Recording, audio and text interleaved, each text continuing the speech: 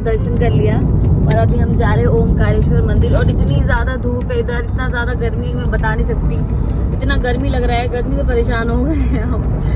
हमें पहले पता होता है कि सर्दियों में यहाँ गर्मी होती है तो हम गर्मी वाले कपड़े लेके आए होते हैं। बहुत ज्यादा गर्मी है इधर, बहुत ज्यादा, बहुत गर्मी लग रहा है, इसलिए हमने कुल्फी वगैरह भी खाई, ठंडा ठंडा पी रहे हैं पानी। दिल्ली में गर्म पानी पीते हैं, नोएडा में गर्म पानी पीते हैं, यहाँ ठंडा पानी पीना पड़ रहा है, इतना ज्यादा गर्मी है। और ओमकारेश्वर चौथा ज्योतिर्लिंग है और 12 ज्योतिर्लिंगों में से एक है। और ओमकारेश्वर दर्शन करने के बाद मेरे 4 ज्योतिर्लिंग पूरे हो जाएंगे आज। शहर इंदौर में आपका स्वागत है। उज्जैन से 1 घंटे के बाद, उज्जैन से जब हम निकले थे तब से कंटिन्यू हम चल ही रहे हैं और 1 घंटे में हम यहाँ पर पहुँच गए हैं। और ये इंदौर नगरी है। इंदौर से भी बसें मिलती हैं ओमकारेश्वर जाने के लिए, बट हम गाड़ी से आए हुए थे, हम गाड़ी से ही जा रहे हैं।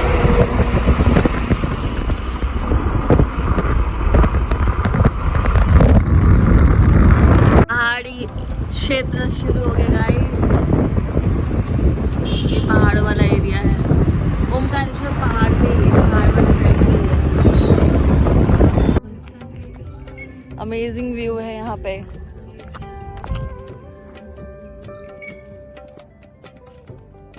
रुके हुए हैं गाइस फोटो वोटो क्लिक कराने के लिए, क्योंकि बहुत ही प्यारा, बहुत ही अमेजिंग जगह है ये, है ना? अमेजिंग जगह है ना? बताओ मेरे दर्शकों को कैसी जगह है ये? कैसी जगह? अच्छी जगह है और क्या? आप फोटो खिंचाने के लिए उतरे हैं? फोटो कराना भी तो जरूरी है। एग्जैक्टली, सबके बस की नहीं होती इधर आना गाइस। चलिए हम पहुंच गए गाइस ओमकारेश्वर, 0 किलोमीटर।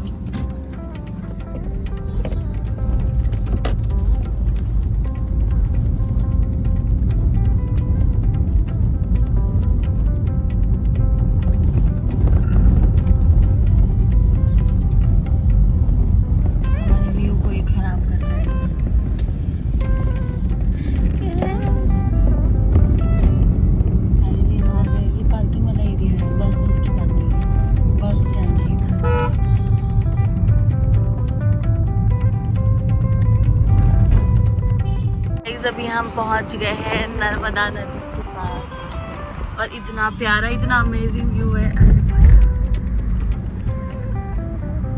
गंगा नदी तो घूम ही लिया था, अब नर्मदा नदी भी घूम लिया। जय हो गंगे, हर हर गंगे। वोट भी चलते हैं यहाँ पे तो।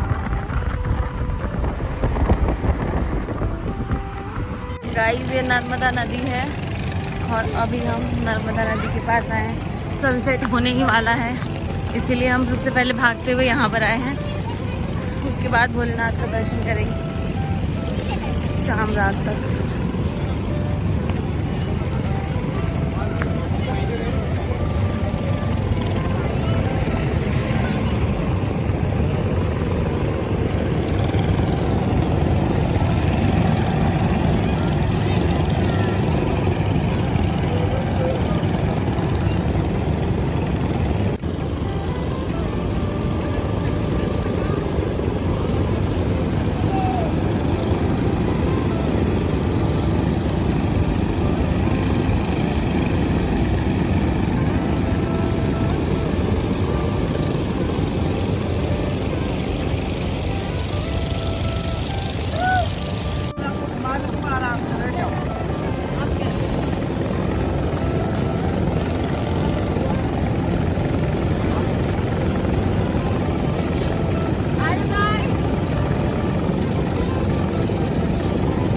आप नहीं जा रहे हो?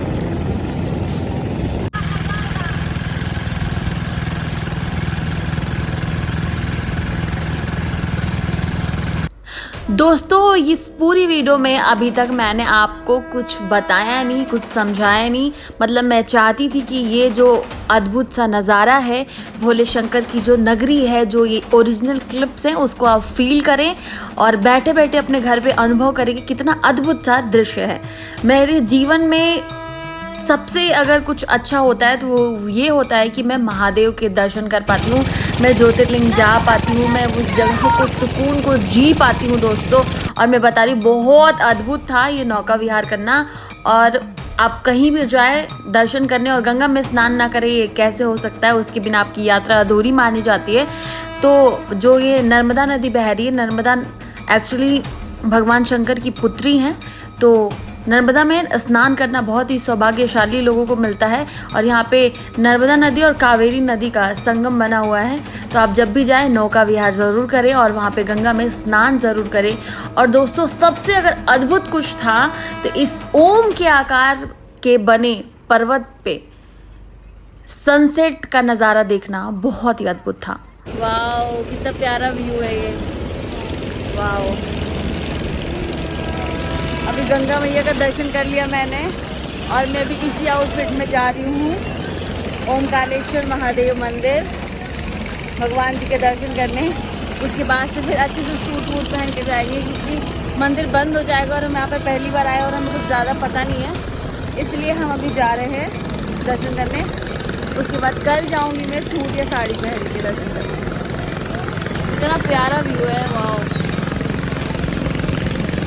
शंकर तेरी जटा बहती है गंगाधारा, शंकर तेरी जटा।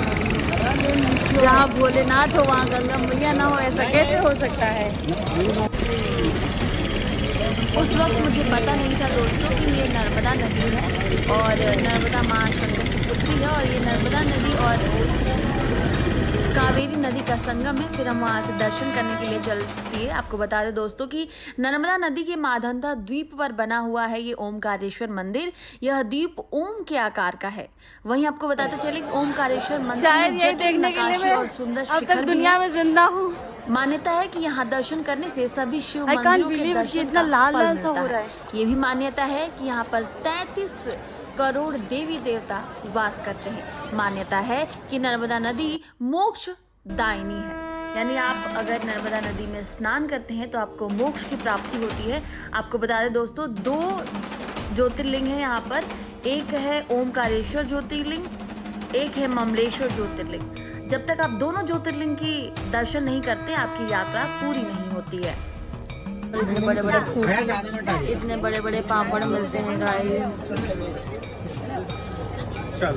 बड़े बड़े फूल, इतने बड़े बड़े पापड़ मिलते हैं।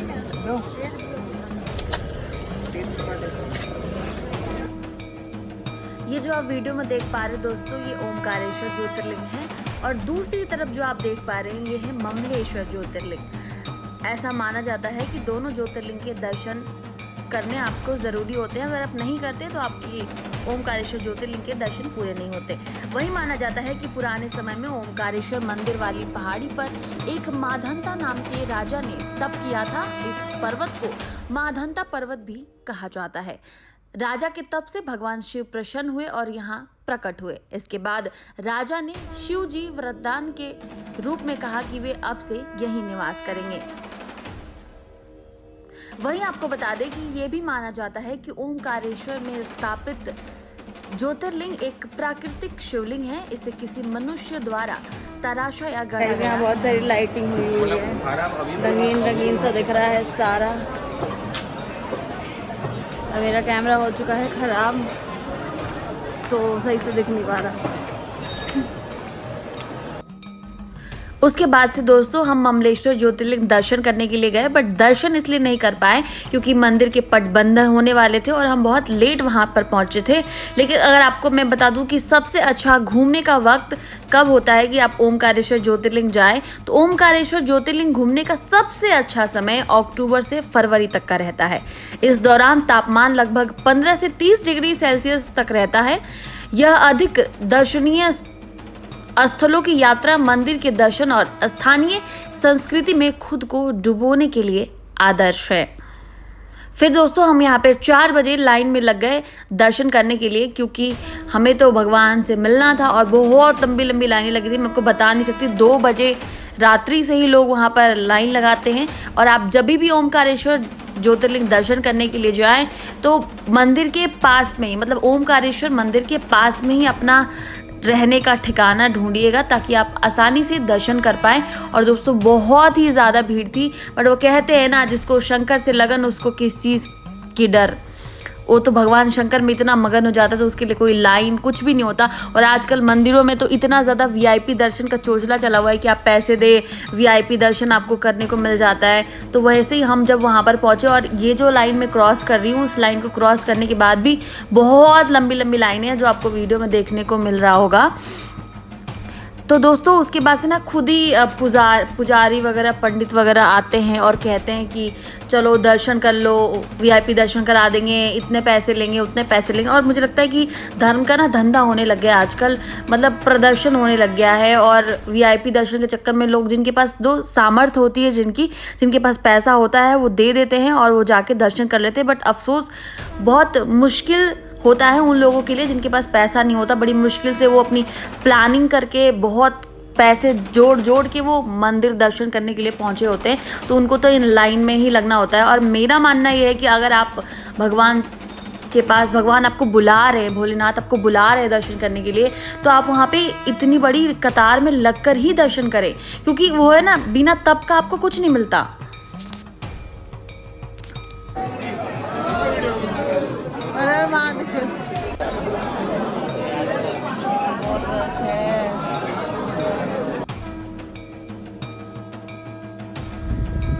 क्योंकि आपकी तपस्या दिखती है कि आप कितने कठिनाइयों से गुजरते हुए, कितने लाइन में लगते हुए, जिस प्यार में तड़प ना हो ना, उसमें वो महसूस नहीं होता प्यार। मेरा मानना यह है कि वैसे ही कुछ लोग जाते हैं, पैसे दे देते हैं, वीआईपी दर्शन कर लेते हैं, बट कुछ लोग ऐसे वेट करते रहते हैं, खड़े रहते हैं मंदिरों में, मतलब पहुंचते हैं तब तक पट बंद हो जाता है, दर्शन नहीं हो पाते। तो ये भगवान ना आपसे प्यार करते हैं, परीक्षा लेते हैं आपकी। तो इन लाइन में लग के जो दर्शन करने का आनंद है ना, मैं सच बता रही हूँ, वीआईपी दर्शन करने का वो आनंद नहीं है। और ओमकारेश्वर ज्योतिर्लिंग जो है वो एक शीशे में पैक है, ज्योतिर्लिंग जो लिंग है वो शीशे में पैक है, तो वो सामने से किसी को दर्शन करने देते ही नहीं है। तो जिसको भी दर्शन करने देते हैं, दूर से ही दर्शन करने के लिए देते हैं। तो मेरा मानना यही है दोस्तों कि जब भी आप दर्शन करने के लिए जाएं, इन कतारों में लगकर ही दर्शन करें।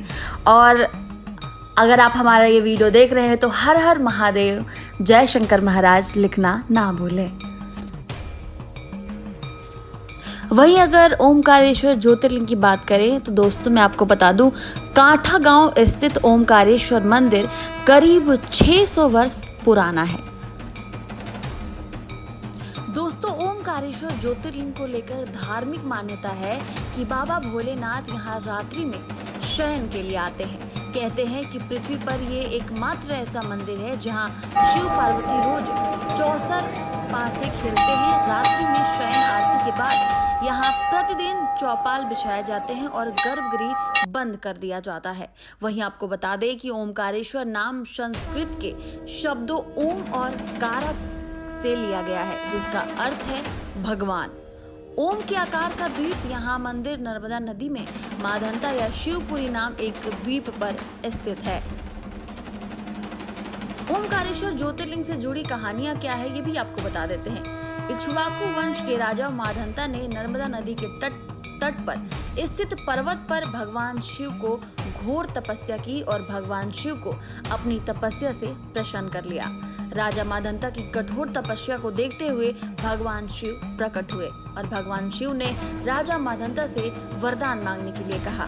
तब राजा माधंता ने भगवान से यही निवास करने का वरदान मांग लिया और तब से भगवान शंकर यहाँ पर निवास करते हैं। यह ज्योतिर्लिंग मध्य प्रदेश में पवित्र नर्मदा नदी के तट पर स्थित है। इस स्थान पर नर्मदा के 2 धाराओं में विभक्त हो जाने से बीच में एक टापू सा बन गया है। इस टापू को माधंता पर्वत या शिवपुरी भी कहते हैं। वहीं आपको बता दें दोस्तों कि ओमकारेश्वर और ममलेश्वर दोनों एक ही ज्योतिर्लिंग के रूप में है।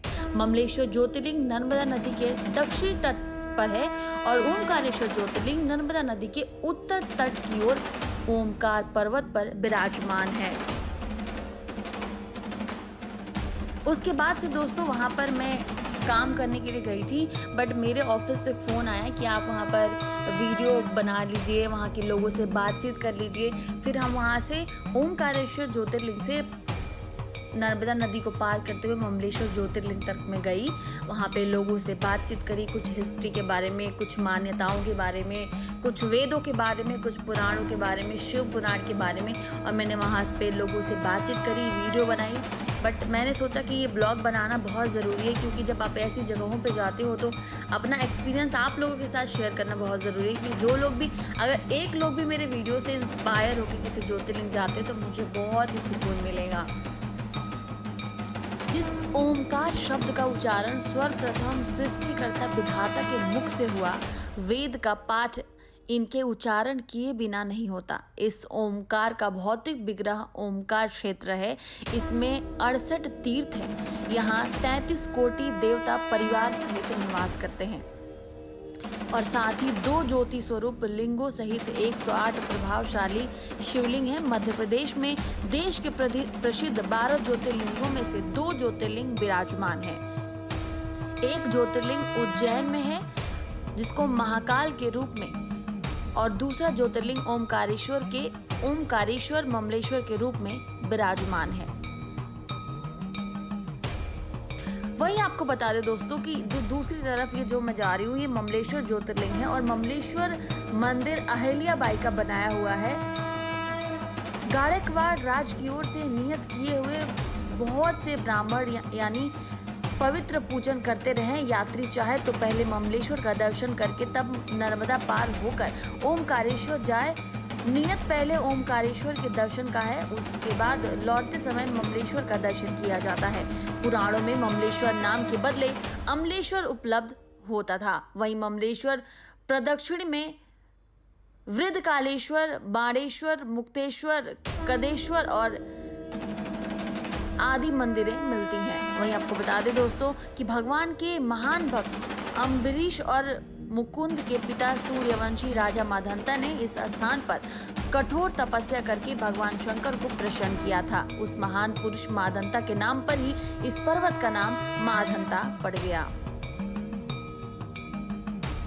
वहीं आपको बता दें दोस्तों कि ओमकारेश्वर लिंग किसी मनुष्य के द्वारा गढ़ा तराशा या बनाया हुआ नहीं है, बल्कि ये प्राकृतिक शिवलिंग है। इसके चारों ओर हमेशा जल भरा रहता है। प्रातः किसी मंदिर में लिंग की स्थापना गर्भगृह के मध्य में की जाती है और उसके ठीक ऊपर शिखर होता है, किंतु यह ओमकारेश्वर लिंग मनुष्य के गुंबद के नीचे नहीं है। इसकी एक विशेषता यह भी है कि मंदिर के ऊपरी शिखर पर भगवान महाकालेश्वर की मूर्ति लगी हुई है। कुछ लोगों की मान्यता है कि यह पर्वत ही ओमकार रूप का है। परिक्रमा के अंतर्गत बहुत से मंदिरों के विद्यमान होने के कारण भी यह पर्वत ओमकार के स्वरूप में दिखाई पड़ता है।